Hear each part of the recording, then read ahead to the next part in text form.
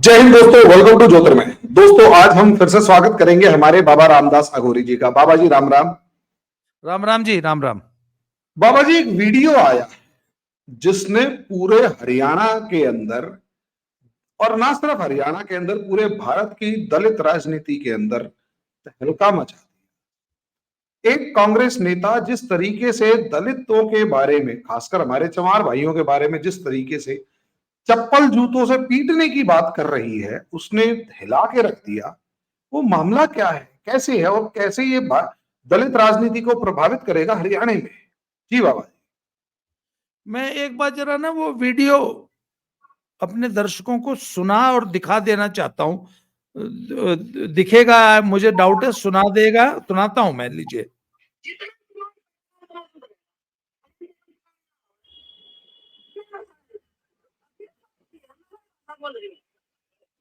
आवाज थोड़ी साफ नहीं आ रही है।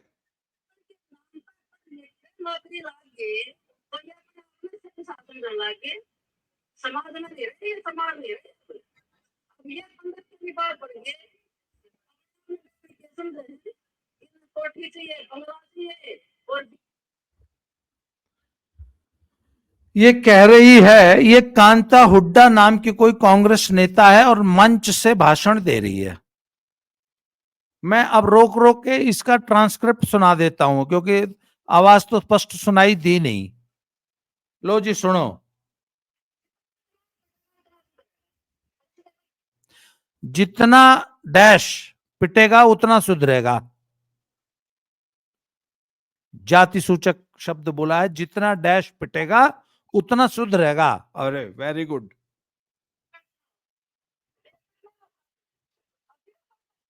इनको इन पिटने दो सालियान।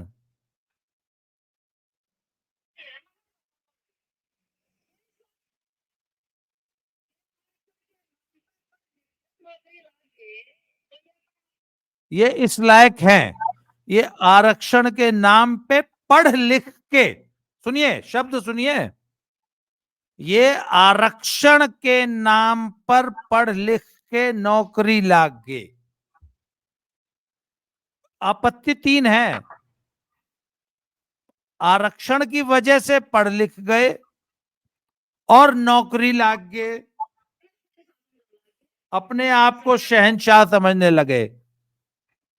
सर, आरक्षण के नाम पे पढ़ लिख गए, नौकरी लग गए और शहंशाह समझने लगे खुद को।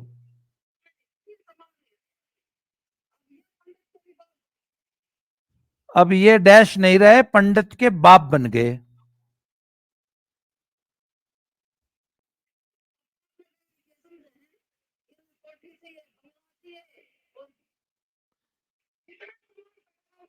अपने आप को पता नहीं क्या समझते हैं, इनको कोठी चाहिए, बंगला चाहिए। सर, ये हुड्डा की एक चेली है, कांता हुड्डा। ये इस चुनाव में मंच से भाषण दे रही है। अब इनकी आपत्ति क्या है कि आज का दलित अपने आप को कुछ समझने लग गया है। आरक्षण की वजह से पढ़ लिख गया तो नौकरी लग गया। एक तो कांता हुड्डा जी और हुड्डा समर्थकों, भाई आरक्षण की वजह से कोई पढ़ लिख नहीं जाता। बेसिक प्राइमरी एजुकेशन तो, सेकेंडरी एजुकेशन तो फ्री है, उसमें तो कोई आरक्षण नहीं है, वो तो सबके लिए बराबर है। तो जो 5वीं 8वीं 10वीं 12वीं में मेहनत करता है ना जी, वो होता है पढ़ा लिखा।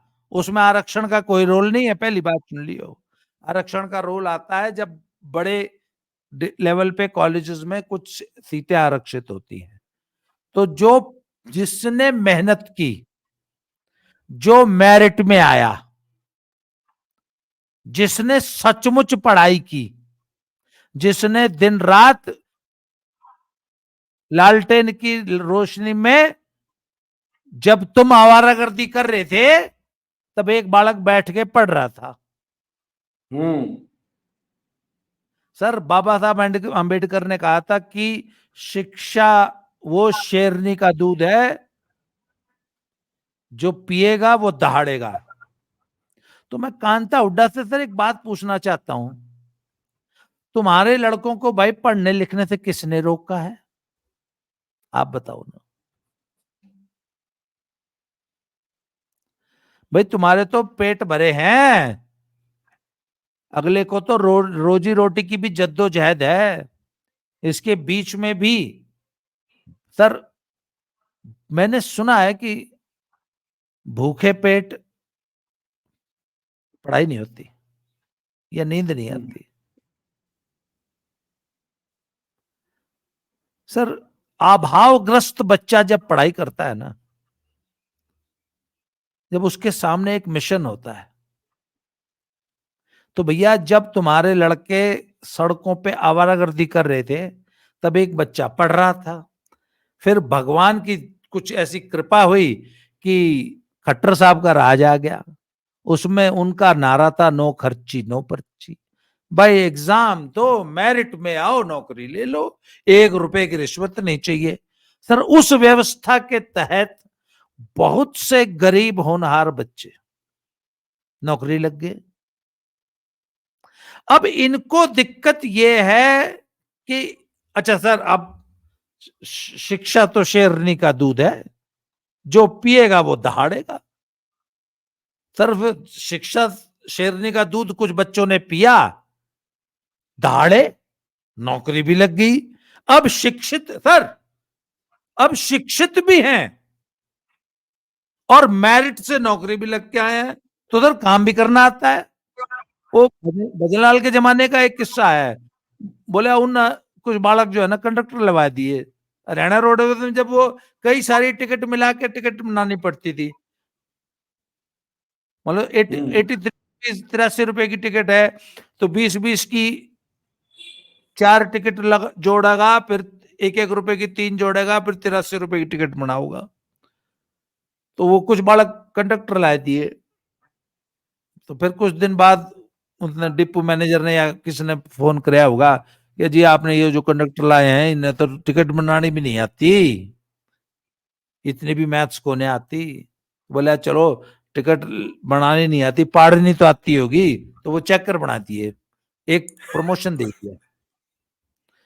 तो सर ये था कांग्रेसियों का राज, जिस पर्ची और बंदर बांट होती थी नौकरियों की।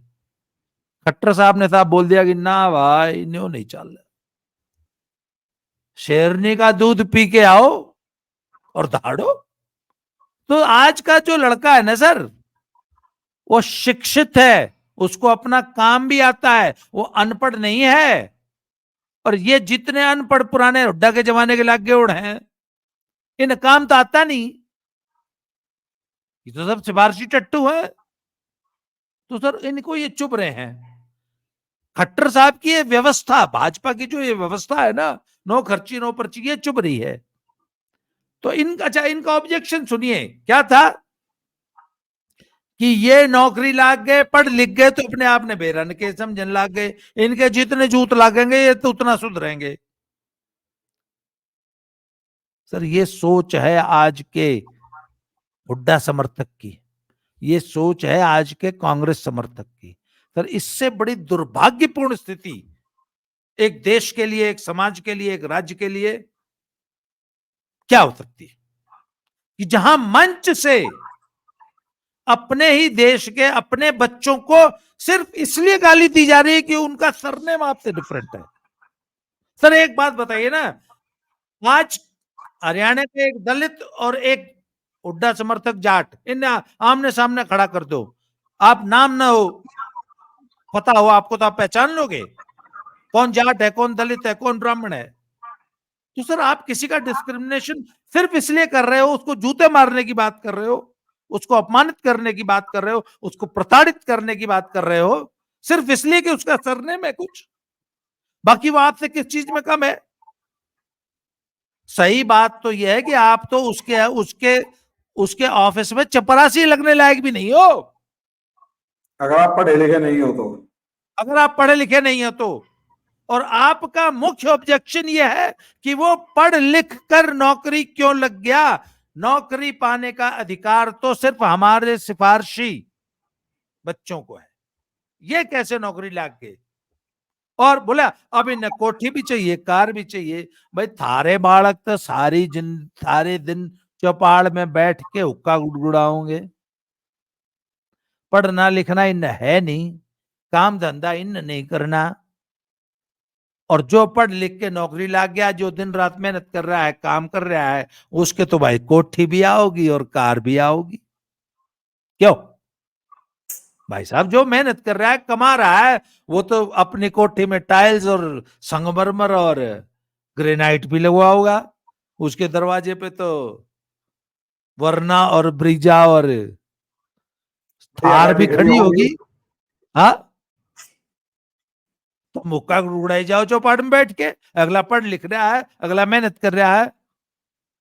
सर, इनको इसी व्यवस्था से परेशानी है कि मेरिट के बल पे नौकरी क्यों मिल रही है। सिफारशी हमारे लड़कों को नौकरी दो, पैसे लेके दो, सिफारिश से दो, हुड्डा की पर्ची चली जाएगी, तारे छोरे ने नौकरी मिल जाएगी। इस व्यवस्था को लाने वाले वापस इस प्रकार की बयानबाजी कर रहे हैं। सबसे पहले तो मैं ये कहूंगा, हरियाणा सरकार में जो वर्तमान व्यवस्था है, चुनाव आयोग को, हरियाणा पुलिस को, केंद्र सरकार को, सुप्रीम कोर्ट को इस भाषण का तुरंत स्वतः संज्ञान लेकर इस कांता हुड्डा के खिलाफ हरिजन उत्पीड़न एक्ट में, SC/ST एक्ट में तुरंत मामला दर्ज करके इसको जेल के अंदर ठूंसो। इसके अच्छा, इससे एक बात जरूर पूछो, और उस मंच पे जितने लोग बैठे थे, इनके जितना जूत मारोगे उतना ये सीधे होंगे, सुधरेंगे। तुमको सुधारने के लिए क्या करना पड़ेगा? जो तुम्हारी जो मुंह से ये जुबान जो निकल रही है, तारे कितने जूत लगेंगे जब तुम्हारी ये जुबान सुधरेगी? तो sir, now the government should act. सरकार का इकबाल यहां होना चाहिए कि ऐसी बदजुबानी करने वालों की जगह से जेल के अंदर है, इनको जेल में ठूंसो। इस कांता हुड्डा को SC/ST एक्ट के तहत उपयुक्त धारा लगा के जेल में ठूंसो, जब इसको अकल आएगी। जी। अब सवाल फिर राजनीति का ये है, राहुल गांधी जी कहाँ खड़े हैं यहाँ पर इस पूरी उसमें प्रकरण में, और शैलजा कुमारी जी कहाँ खड़ी हैं? सर, जातीय राजनीति की, जातीय विश्वमन की जो विष बेल राहुल गांधी ने बोई थी, उस पर फल लगने शुरू हुए हैं। जातीय जनगणना का राब अलापने वाले राहुल जी को इस बात का जवाब देना चाहिए ना। मोहब्बत की दुकान, मोहब्बत का शोरूम। सर, पूरे भारत जोड़ो अभियान है ना, भारत जोड़ो अभियान ना, भारत जोड़ो यात्रा। मैं मोहब्बत की दुकान खोल रहा हूं देश में। यही मोहब्बत की दुकान खोली है कि दलित भाइयों को जितना जूतों से मारोगे उतना सुधरेंगे। सर, राहुल गांधी को इसका जवाब देना चाहिए कि ये तुम्हारी मोहब्बत की दुकान में यही माल बिकेगा क्या? सर, राहुल गांधी दोषी हैं। राहुल गांधी को देश से क्षमा मांगनी चाहिए, राहुल गांधी को और भूपेंद्र हुड्डा दोनों को स्पष्टीकरण देना चाहिए कि कांता हुड्डा ने जो कांग्रेस के मंच से जो ये बयान दिया है, इसके लिए हम उनको देश से क्षमा याचना करनी चाहिए। जी। और जहां तक शैलजा की बात है, जहां तक शैलजा की बात है, सर, शैलजा का मैं नहीं जानता हूं, पर मुझे इतना मालूम है, हरियाणा का दलित समाज इस बात का जवाब, सर, इस बात का जवाब इस उंगली से ईवीएम का बटन दबा के देगा। आज मैं, आप मेरे से लिख के ले लेना, इसका जवाब ईवीएम से निकलेगा। सर, लोकतंत्र में हर चीज का एक हिसाब होता है। एक दिन आएगा जब जब ये दलित समाज इस हुड्डा के गुंडों से इसका हिसाब करेगा, और वो दिन आएगा 5 तारीख को, आप देख लेना। 5 तारीख को तगड़ा हिसाब होगा। हाँ, चलो थोड़ी चुनावी बात, ये तो हो गई सामाजिक, और उसके अंदर हमारे जो दलित भाई हैं उनके साथ जो अपशब्दों का इस्तेमाल किया गया उससे हमारे को दुख था और तकलीफ थी, और हमने इसके ऊपर चर्चा की। एक लास्ट कंक्लूडिंग फॉर्म में ये बताइए बाबा जी, इससे वोटों पर कितना, सीटों पर कितना असर पड़ेगा? चुनाव किस तरफ मुड़ लिया या वैसे ही जा रहा है जैसे जुलाई में था? सर एक बात बताऊं, कल रात को करीब 9 बजे ये वीडियो मेरे फोन में आया,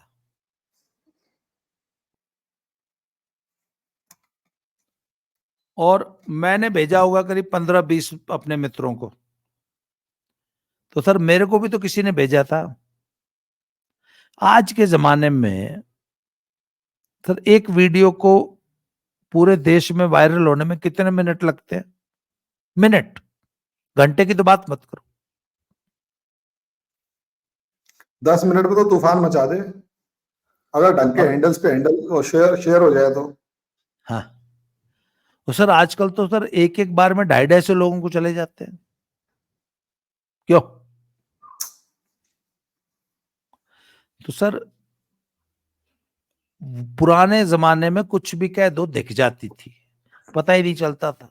जो समाचार माध्यमों में छप गई, नहीं तो सर आज तो सर दुनिया मुट्ठी में है लोगों के। एक क्लिक में आप कुछ भी शेयर कर सकते हो। सर ये वीडियो कांग्रेस को बहुत महंगी पड़ने जा रही है। अच्छा एक बात बताऊं, पिछले एक हफ्ते में बीजेपी ने काफी रिकवर किया है, और मुझे तो लगता है कि सर बीजेपी की स्ट्रेटजी थी इस बार। जो शुरू में बीजेपी ने हल्ला मचाया ना, हार गए, उसने पूरे कार्यकर्ता, पूरे वोटर, पूरे काडर, सबको एक्टिवेट कर दिया कि अगर बाहर नहीं निकलोगे तो हार जाओगे। और पिछले एक महीने में सर जो शानदार कमबैक किया है ना बीजेपी ने, और स्पेशली पिछले एक हफ्ते में, तो जो बीजेपी एक जमाने में बहुत पीछे दिखाई दे रही थी और कांग्रेस स्पष्ट सरकार बनाती दिख रही थी, पिछले एक हफ्ते में बीजेपी कांग्रेस के बराबर आके खड़ी हो गई थी। सर कल रात को 9 बजे के बाद मुझे लगता है बीजेपी अब आगे निकलनी शुरू हुई है, और ये वीडियो कांग्रेस को कम से कम 10 सीट हरवा देगा, कम से कम 10 सीट।